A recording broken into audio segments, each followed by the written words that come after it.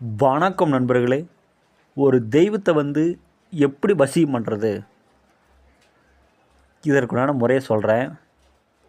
ஒரு தெய்வத்தை நீங்கள் வசியம் பண்ணணும் அப்படின்னா, இன்றைக்கி பூஜை பண்ணுறீங்க அப்படின்னா 3 நாளைக்கு முன்னாடியே விரதமாக இருக்கணும். இருந்து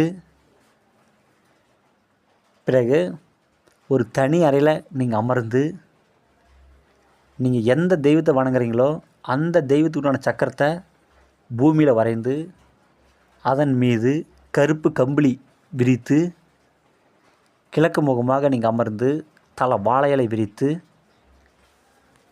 நீங்கள் வணங்கக்கூடிய தெய்வம் கறி மது மாமிசம் சாப்பிட்ற மாதிரியாக இருந்தால் அதற்குண்டான படையல் வைங்க.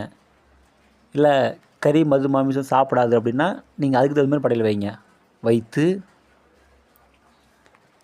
விநாயகர் மந்திரத்தை ஒரு 3 உரு ஜெபிங்க. ஜெபித்து முடித்தவுடன் உங்களுடைய குலதெய்வம் நீங்கள் வணங்கிய பிறகு அந்த தெய்வத்தோட மந்திரத்தை நீங்கள் ஜெபிக்கணும். 108 உரு ஜெபித்தாலும் சரி, அல்லது 1008 உரு ஜெபித்தாலும் சரி, நீங்கள் உங்களால் எந்த அளவுக்கு முடியுமோ அந்த அளவுக்கு மந்திரம் ஜெபிங்க.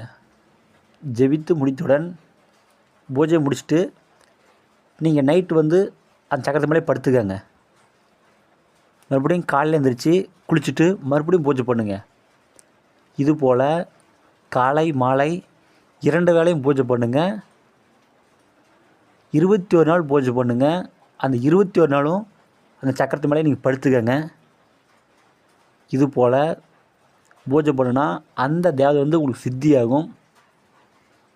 பிறகு சித்தியான உடனேயே நீங்கள் அடுத்தவங்களுக்கு பிரயோகம் பண்ணி பார்க்கணும். உங்களை தேடி ஏதோ ஒரு கஸ்டமர் வராங்க, பயந்து கோளாறுக்கு வராங்க, நீங்கள் எந்த பிரச்சனை வந்தாலும் சரி, அதை நீங்கள் செய்து நிவர்த்தி பண்ணணும். அப்போ தான் அந்த தேவதை உங்களுக்கு சித்தி ஆயிடுச்சா இல்லையா அப்படின்னு தெரியும். நீங்கள் அதை விட்டுட்டு இந்த தேவதை நம்ம பூஜை பண்ணி முடிச்சிட்டோம், நீ அடுத்த தேவதைக்கு போகலாம் அப்படின்னு நினச்சிங்கன்னா உங்கள் ஆயுஸ் பூரா நீங்கள் அப்படியே ஓடினே இருக்க வேண்டியதானே தவிர மாந்திரிக்கு செய்ய முடியாது. ஒரு தேவதையை வலுவாக பூஜை பண்ணுங்கள், உங்களுக்கு சித்தியாகும். கண்டிப்பாக எல்லா வேலையும் செய்யலாம், அஷ்டகர்மமும் செய்யலாம். தேவதை நேரடியாக பிரசன்னமாகும் அப்படின்னு நிறைய பேர் சொல்லுவாங்க. அதெல்லாம் பொய். நேரடியாக 1,00,000% யாருக்குமே பிரசன்னமாகாது. கனவு மூலியமாக தான் காட்சி கொடுக்கும். இந்த வீடியோ பிடிச்சிருந்தா எல்லா இடத்துக்கும் ஷேர் பண்ணுங்கள், சப்ஸ்கிரைப் பண்ணுங்கள்.